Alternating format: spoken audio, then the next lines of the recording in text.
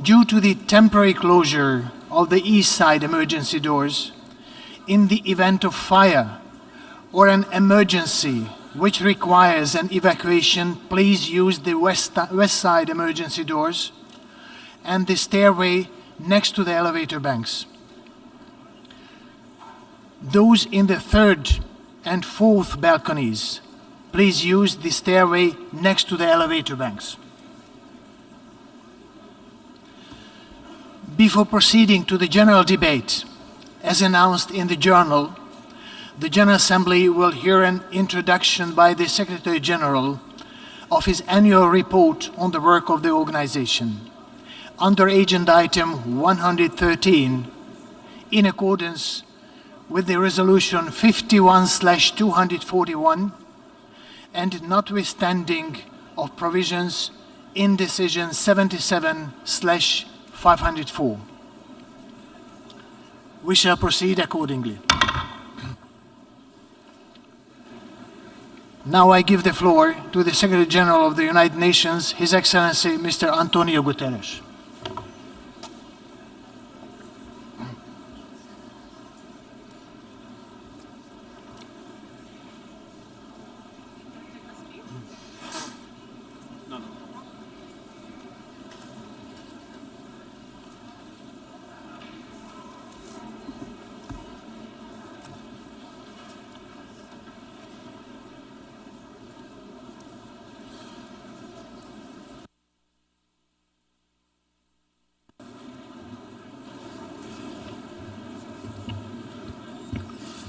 Mr. President of the General Assembly, Excellencies, ladies and gentlemen, our world is in big trouble.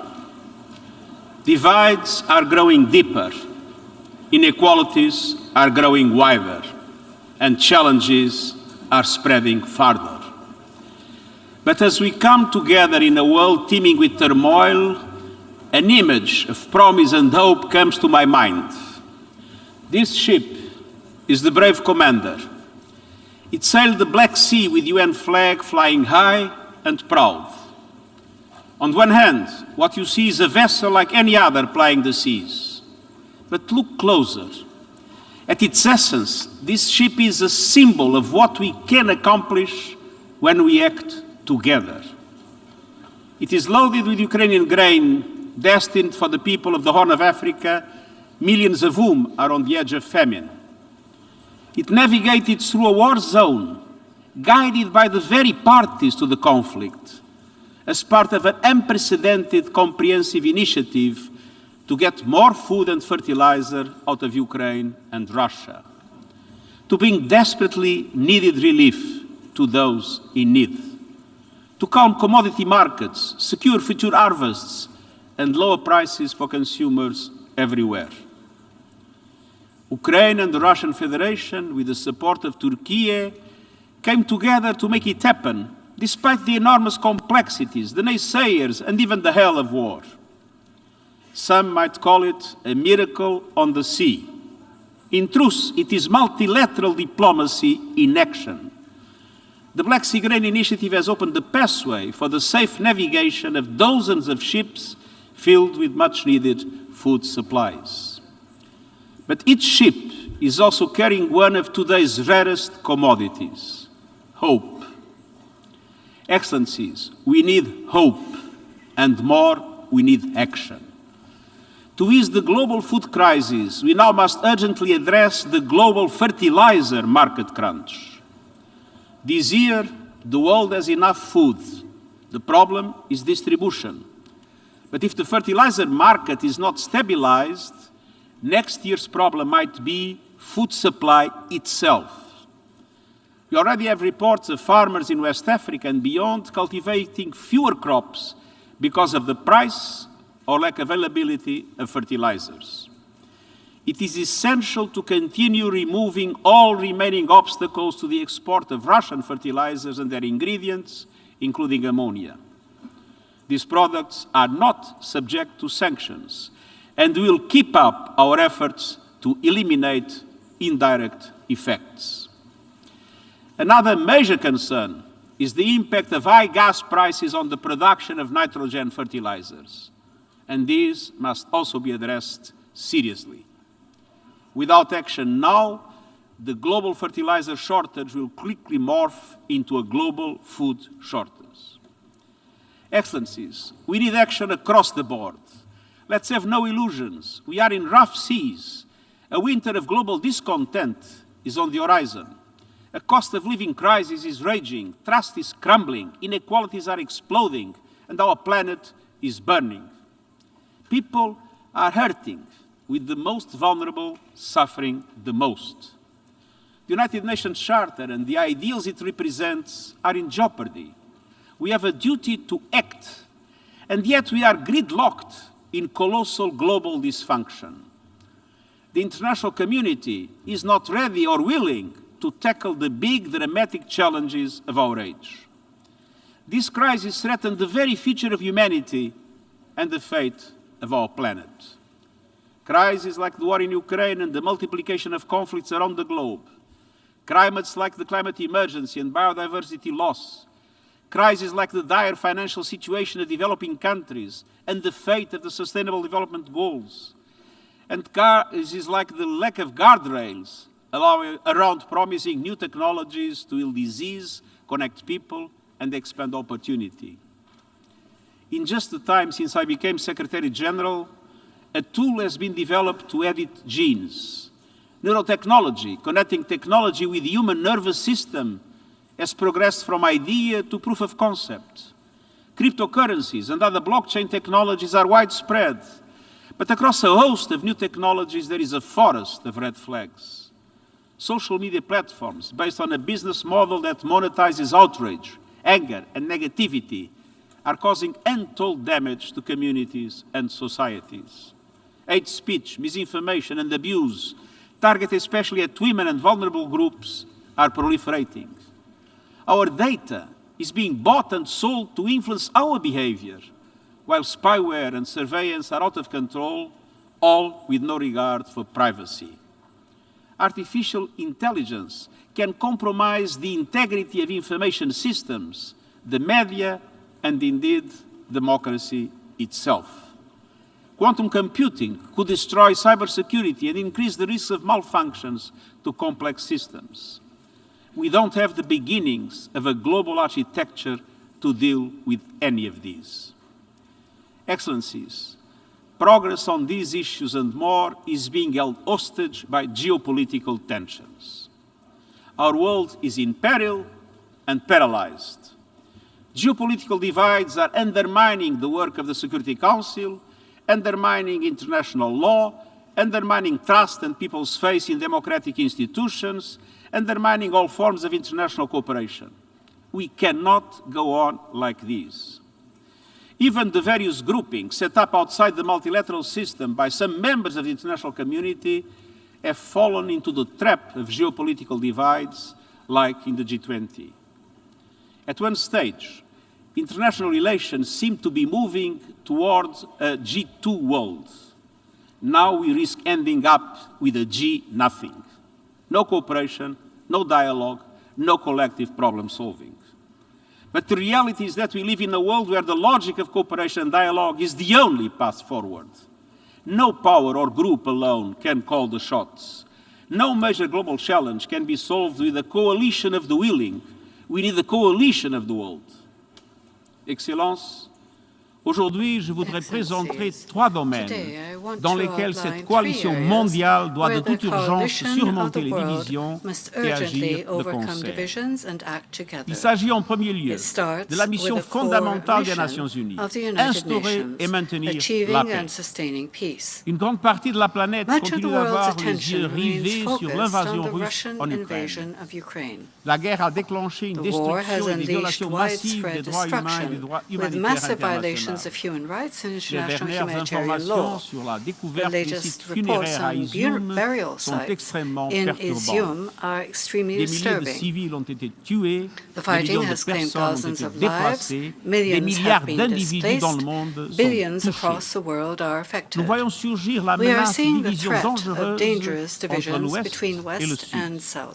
Les risques pour la paix et la sécurité mondiale sont immenses et nous devons continuer à œuvrer pour la paix dans le respect de la Charte des Nations Unies et du droit international. Dans le même temps, les conflits et les crises humanitaires se propagent souvent loin des projecteurs. Le déficit de financement de notre appel humanitaire mondial s'élève à 32 milliards de dollars, le plus important jamais enregistré. Hélas, on ne compte plus les crises. En Afghanistan, l'économie est en ruine, plus de la moitié de la population est en proie à des niveaux de faim extrêmes, tandis que les droits humains, et en particulier les droits des femmes et des filles, sont bafoués. En République démocratique du Congo, les groupes armés de l'Est terrorisent les civils et attissent les tensions régionales.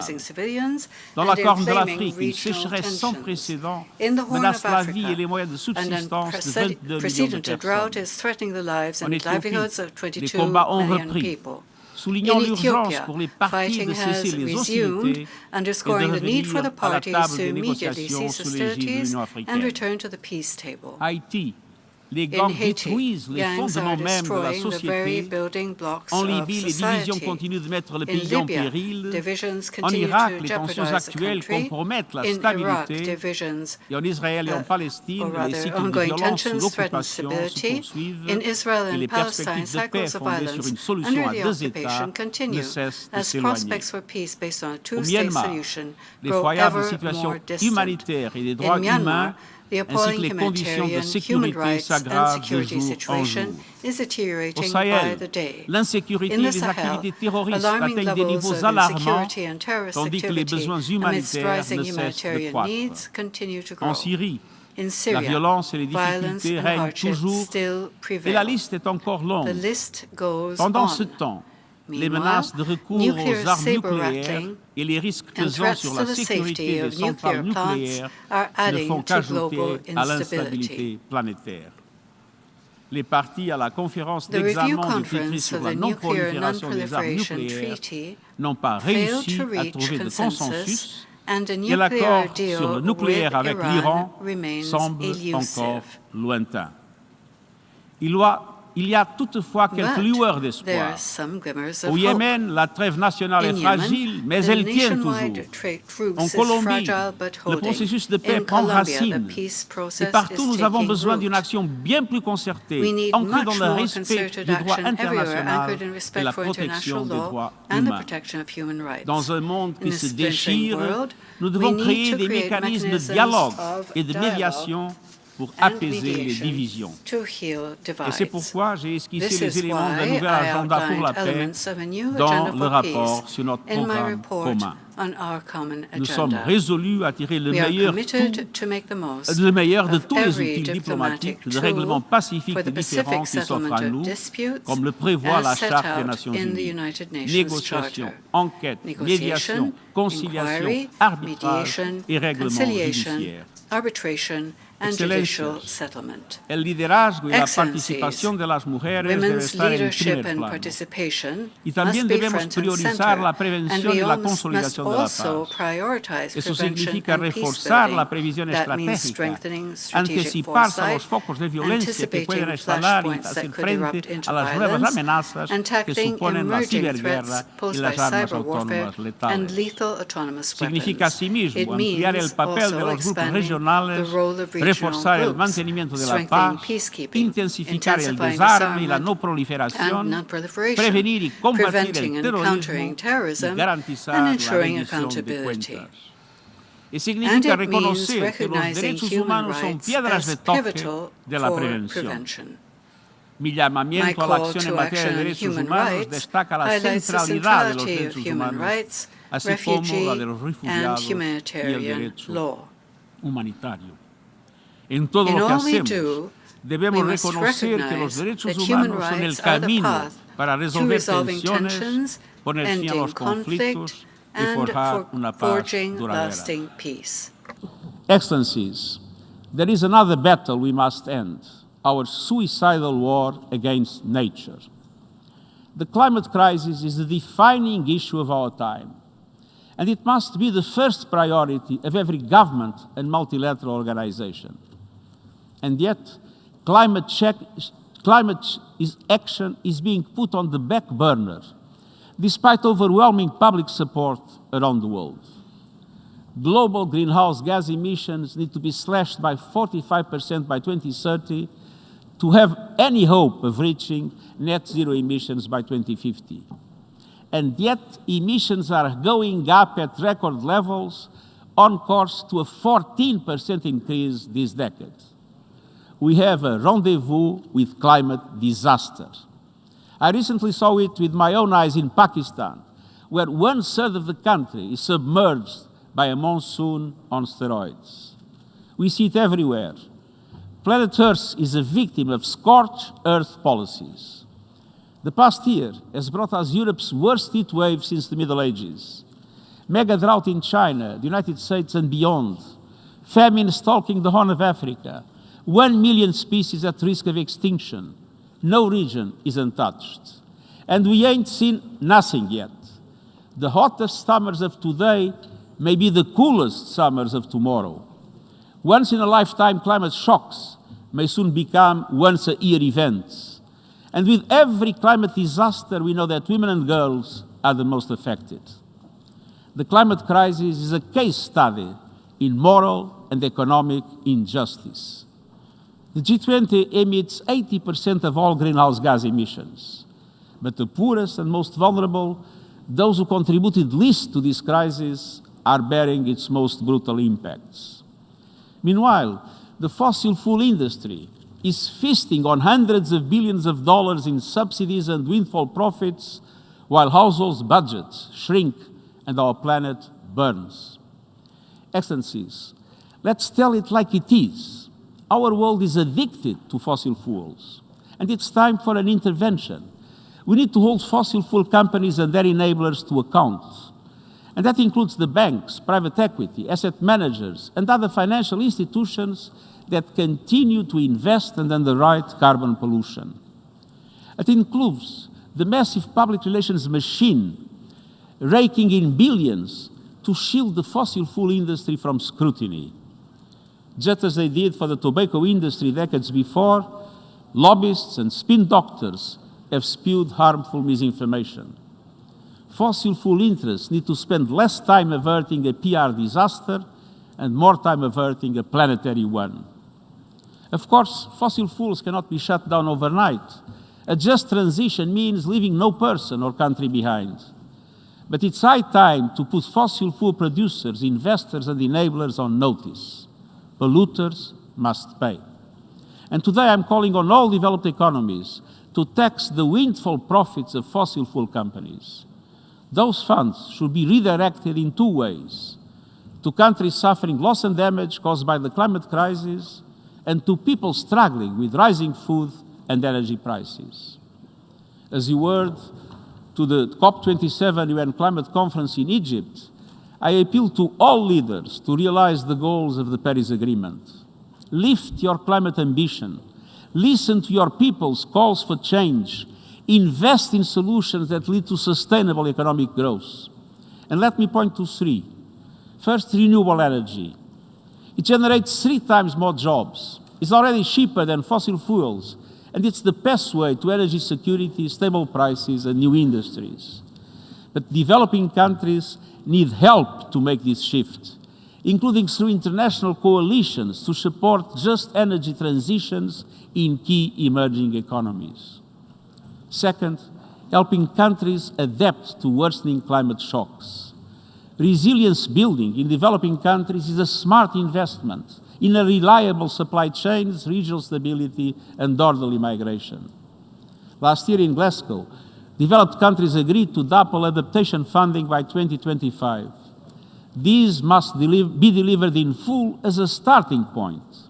At minimum, adaptation must make up half of all climate finance. And multilateral development banks must step up and deliver. Major economies are their shareholders and must make it happen. Third, addressing loss and damage for disasters. It's high time to move beyond endless discussions. Vulnerable countries need meaningful action. Loss and damage are happening now, hurting people and economies now, and must be addressed now, starting at COP27. This is a fundamental question of climate justice, international solidarity, and trust. And at the same time, we must make sure that every person, community, and nation has access to effective early warning systems within the next 5 years. And we must address the biodiversity crisis by making the December UN Biodiversity Conference a success. The world must agree on a post-2020 global biodiversity framework, one that sets ambitious targets to halt and reverse biodiversity loss, provides adequate financing, and eliminates harmful subsidies that destroy ecosystems on which we all depend. And I also urge you to intensify efforts to finalize an international legally binding agreement to conserve and sustainably use marine biological diversity. We must protect the ocean now and for the future. Excellencies, the climate crisis is coming on top of other heavy weather. A once-in-a-generation global cost of living crisis is unfolding, turbocharged by the war in Ukraine. Some 94 countries, home to 1.6 billion people, many in Africa, face a perfect storm. Economic and social fallout from the pandemic, soaring food and energy prices, crushing debt burdens, spiraling inflation, and the lack of access to finance. These cascading crises are feeding on each other, compounding inequalities, creating devastating hardship, delaying the energy transition, and threatening global financial meltdown. Social unrest is inevitable, with conflict not far behind. And it doesn't have to be this way. A world without extreme poverty, want, or hunger is not an impossible dream. It is within reach. This is the world envisaged by the 2030 Agenda and the Sustainable Development Goals. But it is not the world we seem to have chosen. Because of our collective decisions, sustainable development everywhere is at risk. The SDGs are issuing an SOS. Even the most fundamental goals on poverty, hunger, and education are going into reverse.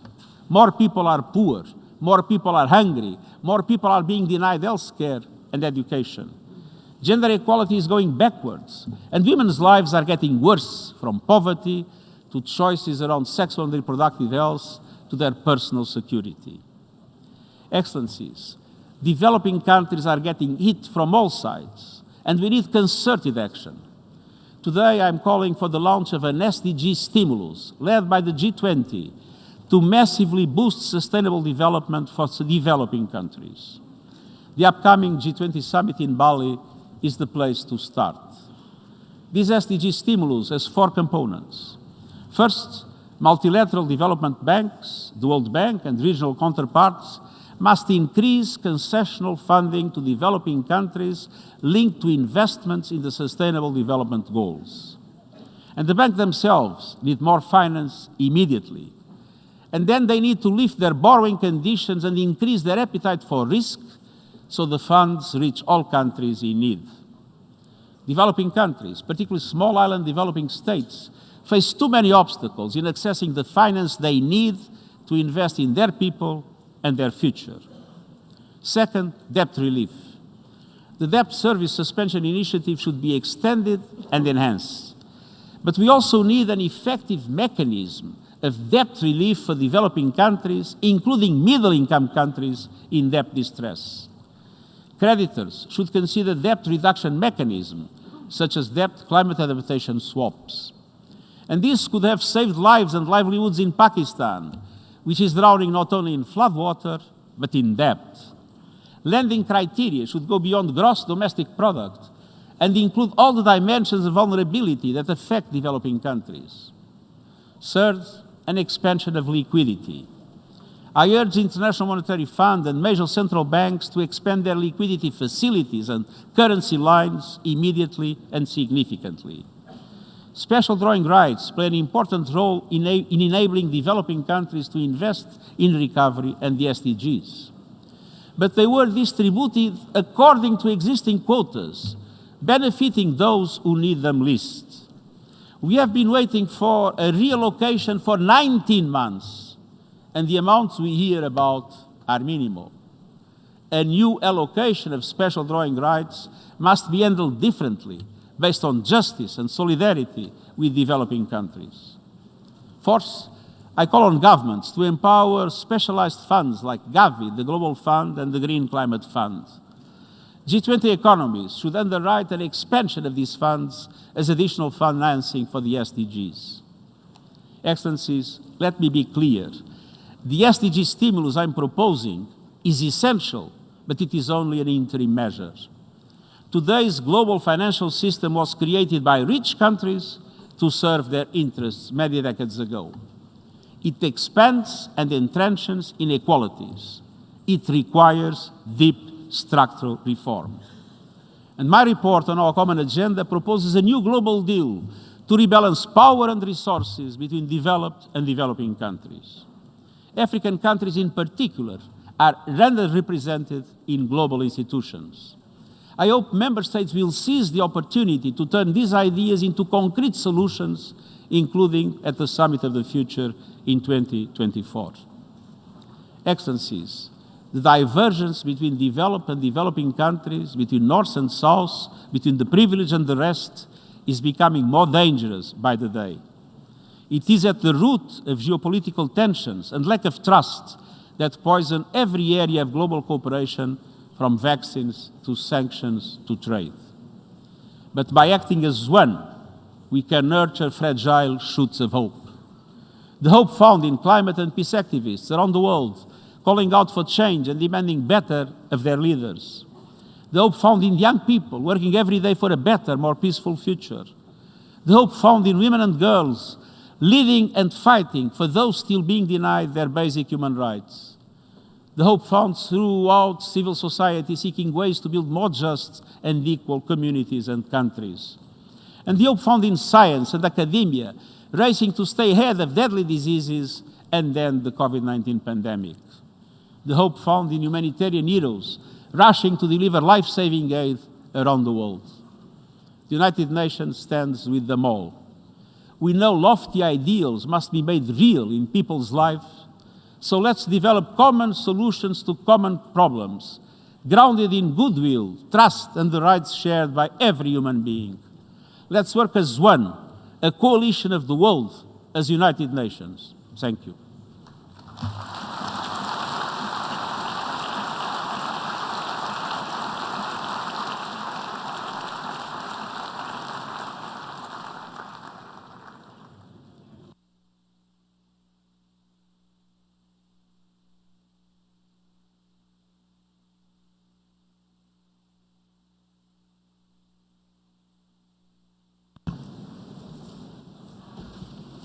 I thank the Secretary General.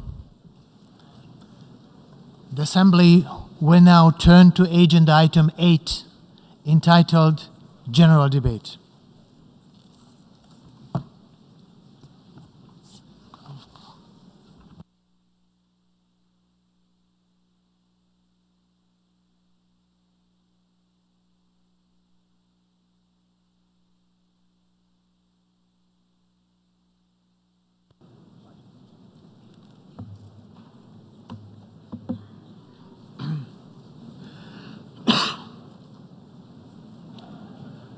Mr. Secretary General, distinguished heads of state and government, excellencies, friends, the world needs solutions through solidarity, sustainability, and science. Solutions because we have drafted many treaties, set excellent goals, yet have taken too little action. We need solidarity because inequalities have reached record heights. We need sustainability because we owe it to our children to leave behind a livable world. We need science because it offers us neutral evidence for our actions. My sincere gratitude goes to all member states especially to Hungary and the Eastern European Group for giving me the mandate to turn this motto into reality. Excellencies, we gather today at the most consequential moment of the last 4 decades. Des chaleurs extrêmes aux inondations dévastatrices. Le changement climatique est ébranle nos communautés. Notre consommation et nos méthodes de production lacernent notre planète de ses sols à ses cieux. Nous vivons dans un état de crise humanitaire permanent.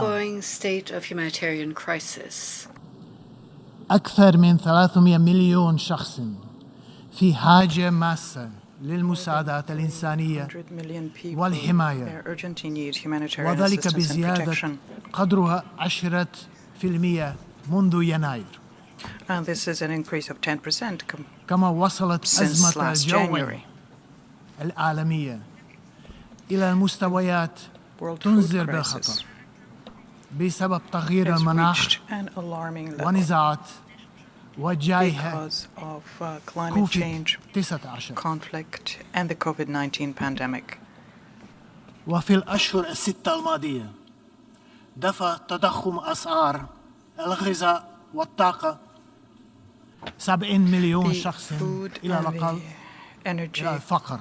crisis have pushed at least 70 million people into poverty. Инфляция тем временем находится Inflation на самом in the высоком за meantime 40 лет is at уровне. the highest level over the past Четверть 40 years. всего населения Земли 1/4 of the entire population проживает of в the районах, planet охваченных is конфликтами, living in conflict боевыми areas, действиями in areas where и armed политической hostilities take place нестабильностью. or where there is political instability. Редко, когда насилие по всему Violence миру has бывало rarely столь been жестоким. as harsh throughout the world before. Who would have imagined that war would return to Europe? That the nuclear threat would be back in political discourse to settle a dispute with a neighbor? It has been 203 days since the General Assembly adopted a resolution condemning the military aggression against Ukraine. Unfortunately, the bloodshed and the suffering have not stopped yet. In that time, the United Nations, as we heard, and its partners have offered food and shelter to millions of refugees from that country. A landmark agreement on commercial grain exports from the world's best breadbasket offers hope. Diplomacy is at work to release fertilizers so that the shortage we see today do not become the famines of the next year. UN nuclear inspectors are at one of Europe's key nuclear sites, preventing a possible catastrophe.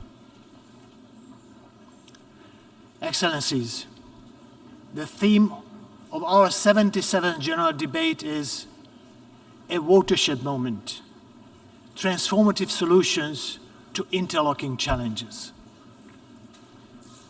I stand in solidarity with the people of Pakistan, where devastating floods washed away hundreds of villages. You have seen the heart-wrenching scenes of devastation. This can be a window into our future. However, in tackling climate change, we have the solutions. These are rooted in the advancement we have made in science cooperation and climate diplomacy. But we have to want to put them in practice. The International Panel on Climate Change has proven an invaluable tool for supporting political decisions to combat climate change and to adapt to its consequences. We should consider replicating its success in the areas of water, energy, food, and biodiversity. This would give us a universally accepted scientific foundation for action. Once this high-level week is over, I plan to launch a series of consultations with the scientific community, asking them to help us, bringing the knowledge from microphones, from microscopes to microphones. The 77th session of the General Assembly will be key to preparing the SDG Summit in 2023 and the Summit of the Future in 2024. Next year, we will assess SDG 6 at the UN Water Conference, the first since 1977. This call could not be more urgent. Water is set to be the next major driver of conflict worldwide. The problem of water is threefold: too much, not enough, not safe. We have the chance to make a difference in the lives of 2.1 billion people who lack access to clean water. Let us cooperate to make the Water Action Agenda as transformational, practical, and actionable as possible. During this session, we will also assess the Sendai framework and come to conclusions to improve resilience against disasters. It is vital that these opportunities lead to substantive outcomes. The building blocks for transformation are at our disposal: the 2030 Agenda, the Sendai Framework, the Paris Agreement, the Addis Ababa Programme of Action, and our common agenda all point in the same direction. They describe the world we want and offer the avenues to get there. I'm encouraged that the Secretary General's proposals and the important initiatives by member states mutually support each other. The challenges are great and they are interconnected, but they are not insurmountable. Ladies and gentlemen, without universal respect to the rule of law, it is all too easy to rapidly slide into treacherous territory. As we all know, in time of crisis, human rights are the first to be compromised. When human rights are under threat, it is our smoke signal, our call to action. It would be remiss to speak of human rights without addressing a fundamental issue found to be lacking in most societies around the world. It is women's right. It is simply unacceptable that every third woman experiences violence in her lifetime. As we speak, half of humanity is all too often excluded from decision-making and leadership. But we need every man and woman to live their lives to their fullest potential. It is only by ensuring the inclusion of all, valuing the knowledge of all, that we will find solutions to the challenges we face. This afternoon's UNGA platform of women leaders, organized in collaboration with UN Women, may be an answer to this goal. Women heads of state and government will offer their solutions to society's complex problems. Data shows that crisis response is more effective when women take the lead. I encourage you to engage substantively with this issue. It has to do with equity and equality, but above all, human dignity. Excellencies, in all these issues, in all our endeavors, I look forward to working closely with the Secretary General, the Security Council, the ECOSOC, and other key relevant institutions of the United Nations. I stand ready to support Member States to identify transformative, impact-oriented, systemic, and sustainable solutions. I promise to cooperate with all stakeholders, civil society, young people, women and scientific community, to name but a few. UN agencies, funds and programs are critical to bringing our efforts out of this hole and into our communities. To deliver on the agenda requested by the Member States, I count on your constructive engagement, cooperation, and mutual respect to each other. I emphasize that the revitalization of both the United Nations and the General Assembly must continue. Our ability to competently improve our organization will determine its relevance in the eyes of people around the world. I want to advance negotiations on Security Council reform. It is high time that the Council represents the world's population more equally and that it reflects 21st century realities. This is a matter of credibility to our entire organization and our multilateral order. Ladies and gentlemen, crisis management and transformation will require our consistent efforts, way beyond one session of the General Assembly. In that spirit, let me finish with some timeless words of wisdom about chances and the risk of letting them pass us by. Things get better when we make them better. Things go wrong when we fail to seize the opportunities before us.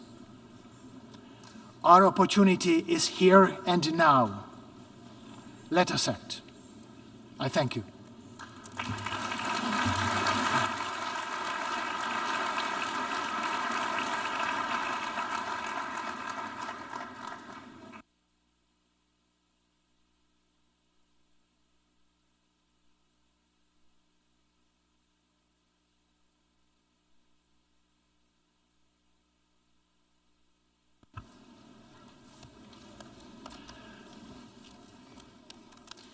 Distinguished delegates, before giving the floor to the first speaker for this morning, I would like to remind members that the list of speakers for the general debate has been established on the agreed basis that statements should be no longer than 15 minutes to enable all speakers to be heard in a given meeting. Within this time frame, I would like to appeal to speakers to deliver their statement at a reasonable pace so that interpretation into the other official United Nations languages may be provided properly. I would also like to draw your attention to the decision taken by the General Assembly at previous sessions, namely that the practice of expressing congratulations inside the General Assembly hall after a speech has been delivered is strongly discouraged. After delivering their statements from the rostrum, speakers are invited to exit the General Assembly hall through room GA200, located behind the podium, before returning to their seats. May I take it that the General Assembly agrees to proceed in this manner during the general debate of the 77th session? It is so decided. Finally, I should like to draw the attention of members that during the general debate, official photographs of all the speakers are taken by the Department of Global Communications. Members interested in obtaining these photographs are requested to contact the Photo Library of the United Nations. The Assembly will hear an address by His Excellency Jair Messias Bolsonaro, President of the Federal Republic of Brazil. I request the protocol to escort His Excellency.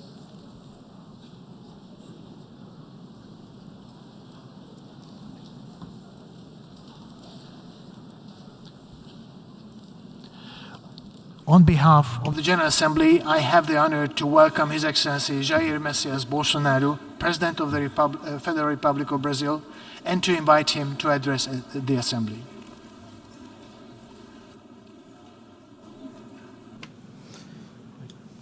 Okay. Hello, that's in the English channel. Ok. This is the English channel. Senhor Csaba Kőrösi, Mr. Csaba Kőrösi, presidente da 77ª Assembleia Geral das Nações Unidas.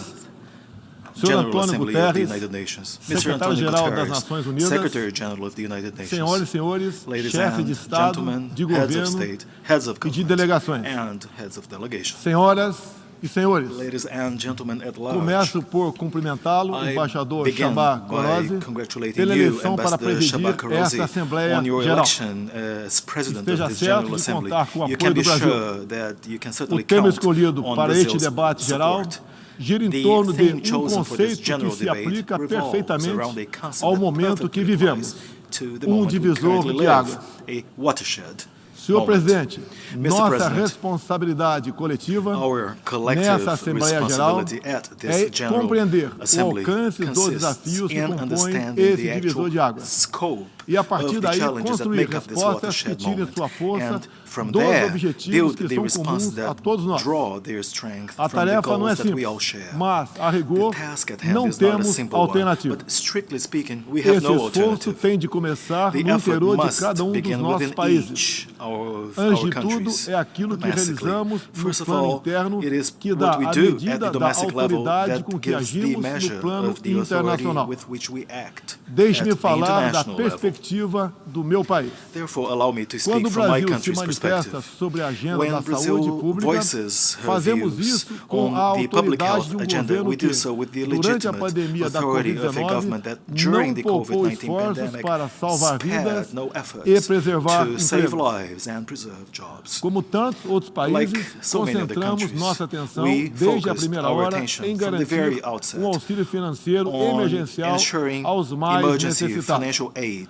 to O those nosso most objetivo in foi need. proteger a renda Our das goal was famílias to protect para que families' elas income conseguissem enfrentar so as that dificuldades they could econômicas face up to the economic decorrentes da hardships pandemia. resulting from the pandemic. Beneficiamos mais de 68 Therefore, we milhões de pessoas, managed to benefit o more than equivalente a terço 68 da million nossa people, the população. equivalent to one-third Em of the paralelo, Brazilian lançamos population. amplo programa In de parallel, we imunização, launched a broad-ranging inclusive com vaccination produção program, doméstica de including vacinas. domestic production of Somos uma vaccines. nação com We 210 are a milhões de nation habitantes.